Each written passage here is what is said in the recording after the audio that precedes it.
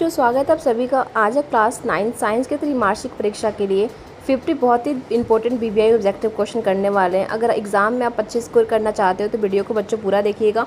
और ये सेट 2 या सेट 1 मैंने करा दिया, तो आप लोग डिस्क्रिप्शन में जाकर लिंक चेक कर लीजिएगा। सेट 1 का आपको वीडियो मिल जाएगा, ठीक है। तो चैप्टर वाइज मेरा ये कंटेंट है बच्चों। इस चैप्टर से हम सारे ऑब्जेक्टिव क्वेश्चन को टच करेंगे। तो हमारे आसपास के पदार्थ से पहले क्वेश्चन देखेंगे, उसके बाद हम लोग चैप्टर अध्याय 2 से फिर अध्याय 3 ऐसे करते करते सारे इंपॉर्टेंट क्वेश्चन को टच करेंगे यहाँ पे। तो क्वेश्चन नंबर 1 क्या कहता है, गैस को उच्च दाब पर संपीड़ित करने पर उसके कणों के बीच की दूरी पर क्या प्रभाव पड़ता है। तो क्या प्रभाव पड़ता है, तो दूरी घट जाती है। क्या होती है, दूरी घट जाती है। ऑप्शन नंबर क्या हो जाएगा हमारा, बी करेक्ट हो जाएगा। 2 नंबर क्वेश्चन देखते हैं, क्या कहता है, गर्मियों के दिनों में खड़े यानी कि मटके को जल की किस प्रक्रिया के कारण ठंडा रहता है। तो कौन से आप लोग जो जल रखते हैं मटके में, वो कौन सी प्रक्रिया के कारण ठंडा रहता है। तो ये हमारा वाष्पीकरण के, ठीक है, वाष्पीकरण के प्रक्रिया जो होता है उसके वजह से वो जो मटका होता है वो ठंडा रहता है। तो वाष्पीकरण लगा लीजिएगा, ऑप्शन नंबर बी करेक्ट हो जाएगा। ये जितने भी बॉक्स में है ना, ये चैप्टर, ये क्वेश्चन दिए गए ये सारे बहुत ही बीबीआई हैं, तो इसको अच्छे से एक बार देख लीजिएगा। ये क्वेश्चन क्या कहता है, 3rd नंबर, कि 0 डिग्री सेल्सियस तापमान पर जल की भौतिक अवस्था निम्नलिखित में से क्या होगी। तो कहता है कि 0 डिग्री सेल्सियस पे तापमान पर जल की भौतिक अवस्था कितनी होगी। तो ये हमारा ठोस और द्रव दोनों साम्यावस्था में होगा। तो ऑप्शन नंबर क्या हो जाएगा, सी करेक्ट हो जाएगा। आगे बढ़ते हैं, क्वेश्चन नंबर 4 देखते हैं क्या कहता है यहाँ पे। देखो, निम्नलिखित में से किस पदार्थ में कणों के बीच में आकर्षण बल सबसे कम यानी कि न्यूनतम होता है, सबसे कम होता है।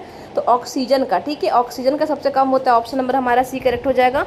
आते हैं क्वेश्चन नंबर 5 देखते हैं क्या कहता है, कि ह्यूमिडिटी यानी कि आर्द्रता बढ़ने में वाष्पीकरण के दर पर क्या प्रभाव पड़ता है। तो क्या होता है, तो घट जाती है, ठीक है, घट जाती है। ऑप्शन नंबर हमारा बी करेक्ट हो जाएगा। चलो 6 नंबर क्वेश्चन देखते हैं क्या कहता है यहाँ पे, कि नेप्थलीन यानी कि गोलियों बिना कोई द्रव छोड़े सीधे गैस में बदल जाती है, घटना क्या कहलाती है। तो ये घटना बच्चों कहलाती है ऊर्ध्वपातन, ठीक है, ऊर्ध्वपातन कहलाती है। ऑप्शन नंबर हमारा करेक्ट हो जाएगा सी।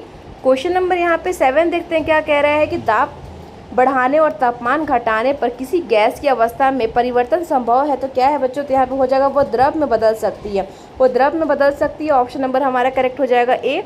आते हैं क्वेश्चन नंबर यहाँ पे देखते हैं 8 नंबर क्या कहता है, कि शुष्क दिन यानी क्रम आधारित उच्च तापमान में कूलर अधिक ठंडक क्यों देता है। तो क्यों देता है अधिक ठंडक, तो ये वाष्पीकरण के दर अधिक होने से क्या होता है, ठंड देता है, ठीक है। तो ऑप्शन नंबर हमारा क्या हो जाएगा, बी करेक्ट हो जाएगा। अब अध्याय 2 से पढ़ेंगे। नाम क्या है इस अध्याय का, चैप्टर का, क्या हमारे आसपास के पदार्थ शुद्ध हैं। ये चैप्टर आप लोगों ने पढ़ा होगा। तो क्वेश्चन नंबर 9 से स्टार्ट करते हैं चैप्टर को देखना।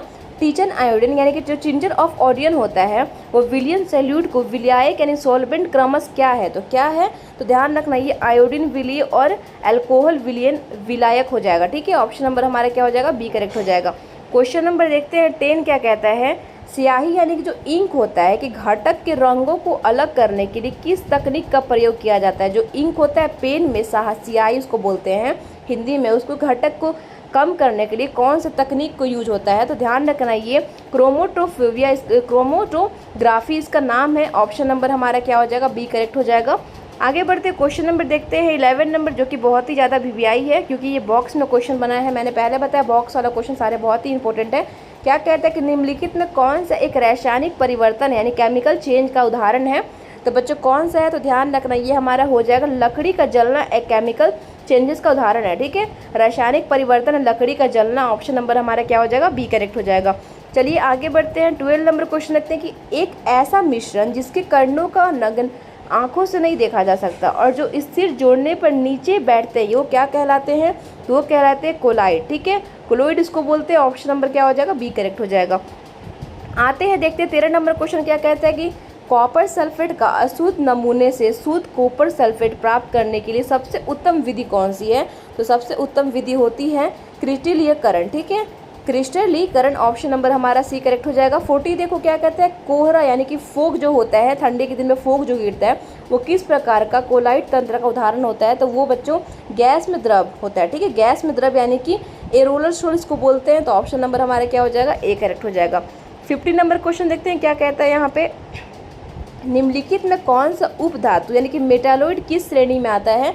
तो मेटालॉइड जो है बच्चों वो आता है बोरोन यानी कि सिलिकॉन, बोरोन या सिलिकॉन की शैली में। तो ऑप्शन नंबर क्या हो जाएगा, यहाँ पे सी हो जाएगा।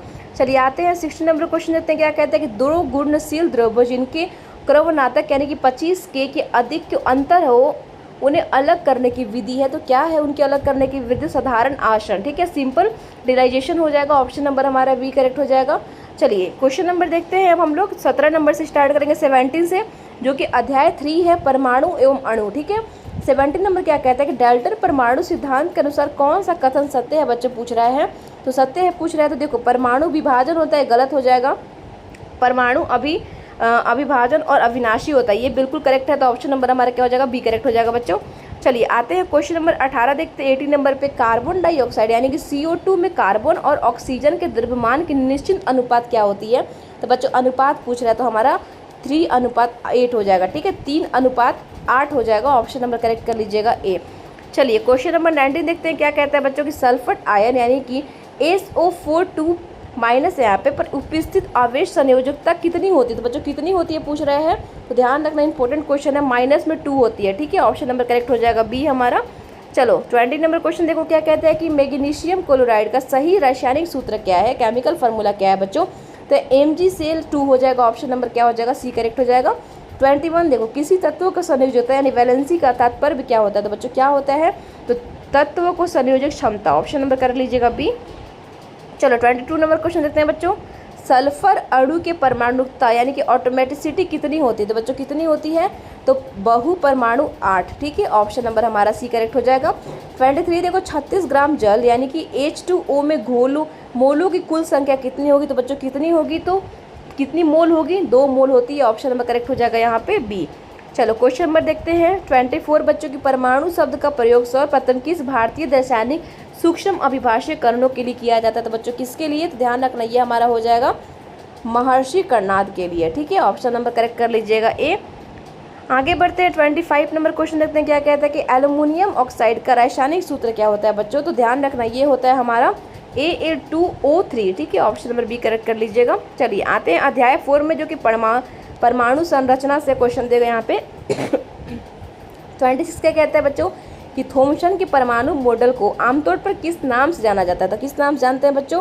तो ध्यान रखना इसको जानते हैं हम लोग प्लम पॉन्टिक या तरबूज मॉडल, ठीक है। ऑप्शन नंबर करेक्ट हो जाएगा यहाँ पे बी। चलिए आते हैं क्वेश्चन नंबर 27 देखते हैं क्या कहता है कि रदरफोर्ड की अल्फा कण प्रकीर्णन प्रयोग में किस धातु की पत्नी का उपयोग किया गया है?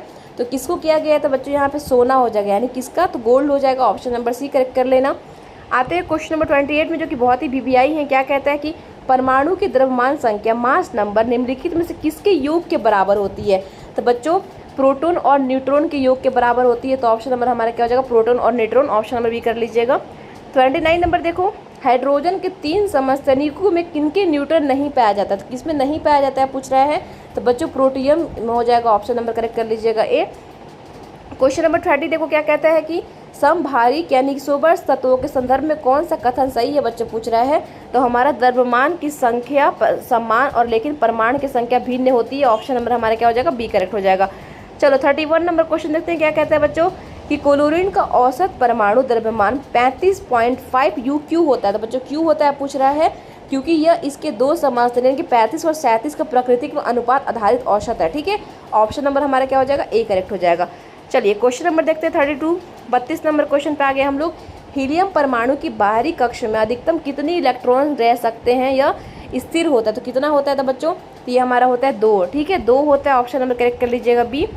चलो आते हैं 33 नंबर क्वेश्चन देखते हैं कि न्यूट्रॉन की खोज करने वाले वैज्ञानिक का नाम क्या था? न्यूट्रॉन की जो खोज की थी उस वैज्ञानिक का नाम क्या था बच्चों?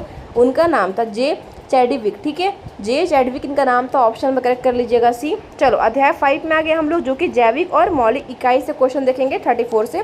34 क्या कहता है कि जीवित कोशिका जैसे जीवाणु उन्नत कोशिका की खोज सबसे पहले किसने की थी? इनका नाम क्या था? इनका नाम था लियोनी होक, ठीक है। ऑप्शन नंबर बी कर लीजिएगा। चलो आते हैं क्वेश्चन नंबर देखते हैं 35 बच्चों 35 नंबर। ओमनिस सेलुलिया ए सेलुलिया सभी कोशिकाओं की परिवर्तित कोशिकाओं से बनती है, एक विचार किसने दिया था?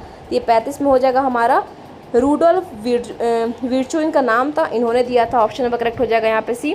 36 नंबर देखते हैं बच्चों क्या कहता है कि ग्लोजी उपकरण यानी ग्लोजी ऑपरेशन का मुख्य कार्य कोशिका में क्या होता है? तो कोशिका यानी कि सेल में कार्य क्या होता है इनका? तो पदार्थों का संरचन, रूपांतरण तथा पैकिंग, ठीक है, इनका यही काम होता है। तो ऑप्शन नंबर करेक्ट लीजिएगा बी।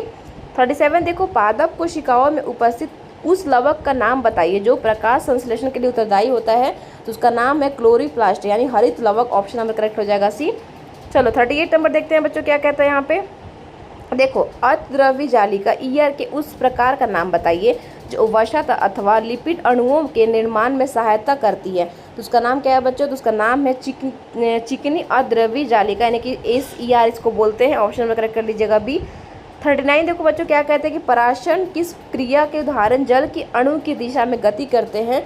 तो बच्चों यहाँ पे उच्च जल की सांद्रता और निम्नलिखित जल की सांद्रता की ओर। ऑप्शन नंबर करेक्ट हो जाएगा बी हमारा। चलो 40 पे आते हैं, क्या कहते हैं कि जंतु कोशिकाओं में निम्नलिखित में कौन सा संरचनात्मक घटक पूरी तरह से अनुपस्थित होता है। तो बच्चों यहाँ हो जाएगा कोशिका वृत्त, यानी कि सेल वॉल हो जाएगा। ऑप्शन नंबर करेक्ट कर लीजिएगा सी। 41 देखो, क्या कहते हैं कोशिकाओं के केंद्रक के अंदर उपस्थिति धागे जैसे संरचनाओं के जल को कहते हैं। तो बच्चों क्या कहा जाता है, तो ध्यान रखना ये हमारा हो जाएगा ऑप्शन नंबर ए, क्रोमेटिन पदार्थ कहते हैं इसको। ऑप्शन नंबर ए पे कर लेना। 42 देखो, पादप कोशिकाओं के रसधानी यानी कि वैक्यूलस जंतु कोशिकाओं की तुलना में कैसी होती है। तो कैसी होती है, तो ये बहुत बड़ी और स्थायी होती है। ऑप्शन नंबर हमारा सी हो जाएगा। 43 पे अब उत्तक से पढ़ेंगे, चैप्टर उत्तक है यानी कि टिश्यूज इसको बोलते हैं इंग्लिश में। 43 नंबर क्वेश्चन क्या कहते हैं कि तने के परिधि या मूल जड़ के मोटाई में वृद्धि उत्तक के कारण होती है। तो क्या कारण होती है, तो ध्यान रखना ये हो जाएगा हमारा प्राशीय विभोजतक, यानी कि लेटरल मैट्रिशियम हो जाएगा। ऑप्शन नंबर करेक्ट कर लेना यहाँ पे बी। 44 देखते हैं, क्या कहता है यहाँ पे क्वेश्चन के मरुथुलीय पौधे की बाहरी सतह एपिडिसम जल में औरधन्ना की रासायनिक पदार्थ के लेप होता है। तो क्या होता है, तो बच्चों यहाँ पे हो जाएगा हमारा क्यूटियन, ठीक है। ऑप्शन नंबर सी कर लेना। चलो 45 ये बहुत इंपॉर्टेंट क्वेश्चन है, क्या कहते हैं कि रक्त यानी कि ब्लड को किस प्रकार का उत्तक माना जाता है। तो ब्लड कौन से उत्तक माना जाता है पूछ रहे थे, तरल संयोजक उत्तक। क्या मानते हैं, तरल संयोजक उत्तक माना जाता है ब्लड को। ऑप्शन नंबर करेक्ट कर लेना बी। 46 नंबर पे आते हैं कि निम्नलिखित में कौन सा घटक जाइलम का उत्तक जीवित भाग है। जाइलम का पूछ रहे हैं तो हमारे यहाँ पे जाइलम पैरेंकाइएमिया हो जाएगा। ऑप्शन नंबर करेक्ट कर लीजिएगा सी। 47 नंबर देखते हैं बच्चों, क्या कहता है यहाँ पे। देखो, रेखीय पेशी यानी स्टैंडर्ड मसल को अन्य किस नाम से जाना जाता है, क्योंकि यह हमारी इच्छा के अधीन कार्य करती है। तो बच्चे इसको जानते हैं कंकाल यानी इच्छक पेशी, वॉलंटरियम मसल कहते हैं इसको। ऑप्शन नंबर करेक्ट हो जाएगा हमारा बी। चलिए 48 नंबर क्वेश्चन देखिए, क्या कहते हैं कि तंत्रिका उत्तक की कार्यात्मक संरचनात्मक इकाई क्या कहलाती है। तो बच्चों क्या कहलाती है, ध्यान रखना, न्यूक्रोन यानी तंत्रिका कोशिका कहलाती है। ऑप्शन नंबर हमारा क्या हो जाएगा बी। 49 पे आते हैं, तत्वों की बाहरी परत की रक्षा करने वाले उपकला उत्तक को कहते हैं जो कई परतों में व्यवस्थित होता है। तो बच्चों क्या कहते हैं, इसको कहते हैं हम लोग स्तरित सक्रिय उपकला, ठीक है। चलो ऑप्शन नंबर हमारा बी हो जाएगा। अब हमारे पास लास्ट क्वेश्चन है बच्चों, 50 नंबर क्वेश्चन देखते हैं, उसके बाद हम लोग वीडियो को क्या करेंगे, एंड करेंगे, ठीक है। चलिए 50 नंबर क्या कहता है बच्चों यहाँ पे, ये भी इंपॉर्टेंट क्वेश्चन है। फ्लोएम उत्तक में भोजन के संवर्षण के लिए कोशिकाओं के मुख्य रूप से छेदित भित्ति वाली संरचना की रूप में सहायक होती है। तो बच्चों हो जाएगा हमारा चांदनी लालिका यानी कि शिफ्ट ट्यूब्स हो जाएंगे। ऑप्शन नंबर करेक्ट कर लीजिएगा बी। तो बच्चों उम्मीद है सभी क्वेश्चन आपके एग्जाम के लिए काफ़ी मदद करेंगे। वीडियो पसंद आई हो तो लाइक करें, चैनल को सब्सक्राइब कर लीजिएगा बच्चों बेल आइकन के साथ में, और अपने दोस्त के साथ भी शेयर करो। और जिसको भी PDF चाहिए इस नोट्स का या फिर सारे नोट्स का, जितने भी आपके एग्जाम होने वाले त्रैमासिक परीक्षा के लिए, तो आप लोग मेरे टेलीग्राम से ज्वाइन हो जाना, मैं PDF प्रोवाइड करा दूँगी। टेलीग्राम का लिंक आपको मैं डिस्क्रिप्शन में डाल दूँगी बच्चों, वहाँ से आप लोग चेकआउट कर लीजिएगा।